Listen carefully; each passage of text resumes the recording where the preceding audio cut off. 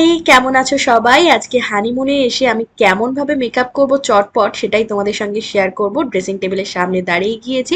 প্রথমেই মুখে rose water spray করে নিচ্ছি, কারণ ঠান্ডার জায়গা স্কিনটাকে হাইড্রেট রাখা বেশি জরুরি। এবারে একটা ময়শ্চারাইজিং ক্রিম মেখে নিচ্ছি একটু বেশি বেশি করে, কারণ আমার স্কিন এমনি খুব ড্রাই, তাই খুব ভালোভাবে ময়শ্চারাইজিং ক্রিমটা স্কিনের মধ্যে যতক্ষণ না অ্যাবসর্ব হয় খুব ভালোভাবে আমি মেখে নিচ্ছি। দেখো স্কিনটা কত সুন্দর গ্লো করছে।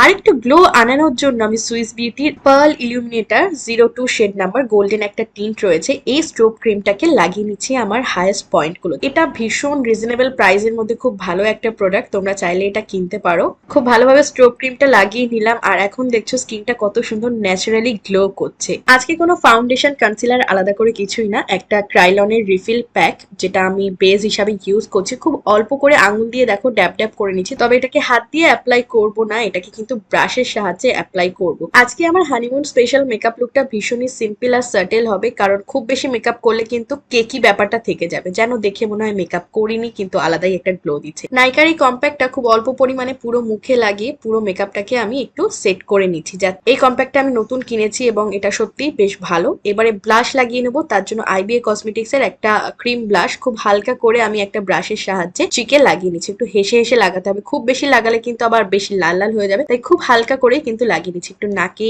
একটু চিবুকে খুব সুন্দর করে লাগিয়ে নিলাম। স্কিনে গ্লোটাকে আরো প্রপার করার জন্য হাইলাইটারে তো জুড়ি মেলা ভার, তাই সুগারের এই হাইলাইটারটা লাগিয়ে নিচ্ছি। শেড হচ্ছে শ্যাম্পেন। ফ্যান ব্রাশের সাহায্যে খুব হালকা হালকা করে হাইলাইটার লাগিয়ে নিলাম। দেখো কত সুন্দর গ্লো করছে মুখ। আইব্রোর অবস্থা ভীষণই বেহাল, সেজন্য একটা অ্যাঙ্গুলার ব্রাশ দিয়ে আমি আইব্রোটাকে ড্র করছি। আর এখানে যে পমেটটা ইউজ করছি মিউজিক ফ্লাওয়ারের একটা ব্রাউন জেল আইব্রো পমেট। দেখো খুব হালকা করে কিন্তু আমি আইব্রোটাকে ড্র করে নিচ্ছি। সেম ভাবে এই আইব্রোটাকেও কিন্তু ড্র করে নেবো। দুটো আইব্রো করে নিয়েছি, দেখো কেমন লাগছে। এবারে মাস্কারা তো মাস্ট, আইলাইনার কাজল কিছুই পরবো না, তবে মাস্কারাটা পরবো।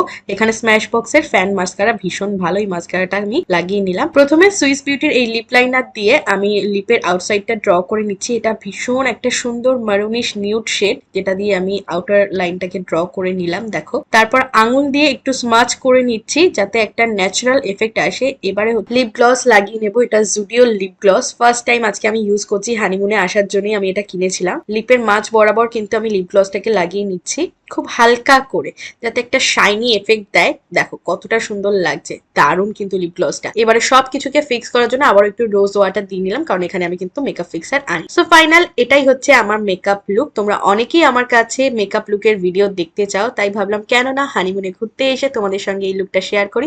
আর আজকে আমার ড্রেস আপ ছিল এটাই। কত সুন্দর লাগছে না নো মেকআপ মেকআপ লুকটা, ন্যাচারালি গ্লো করছে কত সুন্দর।